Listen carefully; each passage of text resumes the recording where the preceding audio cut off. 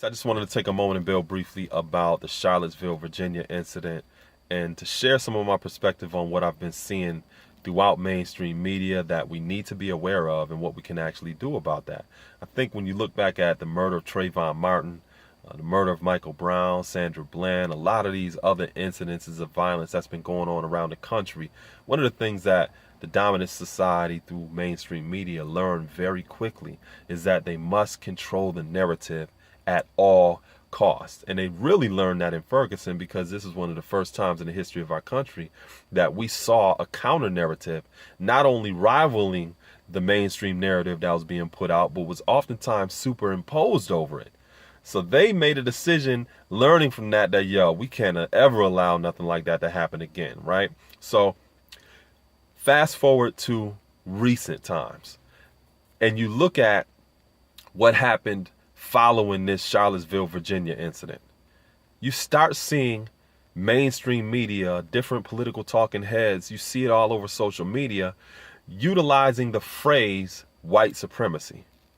When was the last time you've ever heard mainstream media even talk about white supremacy? But now you got these political talking heads, you got all of these different people appalled by white supremacy and denouncing it publicly. Don't be fooled by that shit. Because now when you look at the way that they articulate white supremacy, it's not from the perspective of white power, which we've always seen it as. So now when you hear this in mainstream media, they're only using white supremacy to define so-called marginalized white groups in America that's not reflective of the attitude and the philosophy of most white people in America. So they can have that conversation in mainstream media and not feel as though that it puts them in a certain type of position or makes them feel bad or look bad. And some of y'all are okay with that. You think that just because certain people are saying they denounce white supremacy that everything's fine now, right? Here's the trick. Because they're only utilizing white supremacy as a way to define so-called marginalized white groups in America, they're only using this to target people who they consider to be skinheads, neo-Nazis, affiliated with the KKK, some of these radical alt-right people. And the majority of white Americans don't feel that way. They're not white supremacists because they're defining it in very generic topical terms. You know, you don't like people because you think you're superior because you got white skin or you got blue eyes or whatever. That's generic and it's bullshit and it has no relationship to power. Now, when you redefine that conversation in the appropriate terms, now you're dealing with the narrative of power by talking about white power. So this is what needs to be done.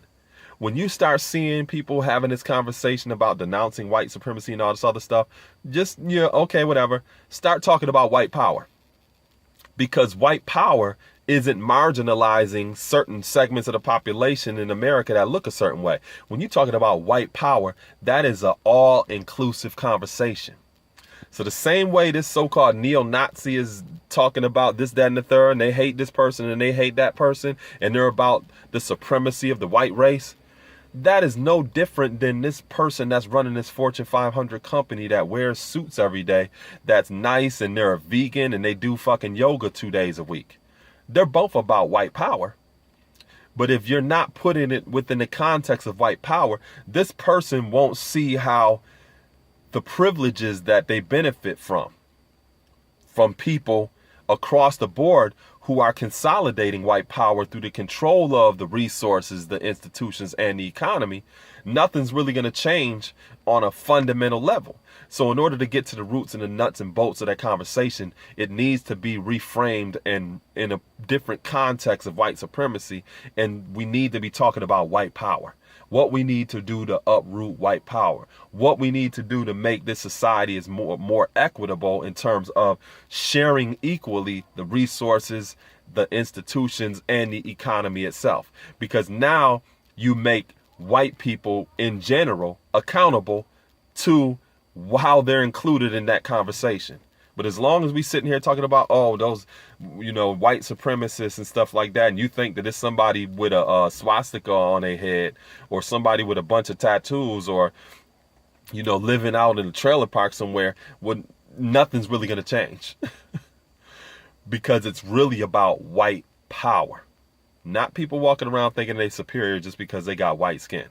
So I will, this was inspiring, empowering, and educational, and gave those of you a little bit more insight into what I've been seeing and what we need to do about this. People having these conversations, you see people online denouncing stuff and you want to comment, reframe the conversation in the context of white power. Start utilizing that phrase, because now all white people are included in that. And if you're not down with white power, then what you gonna do about it? That's the next step. Peace.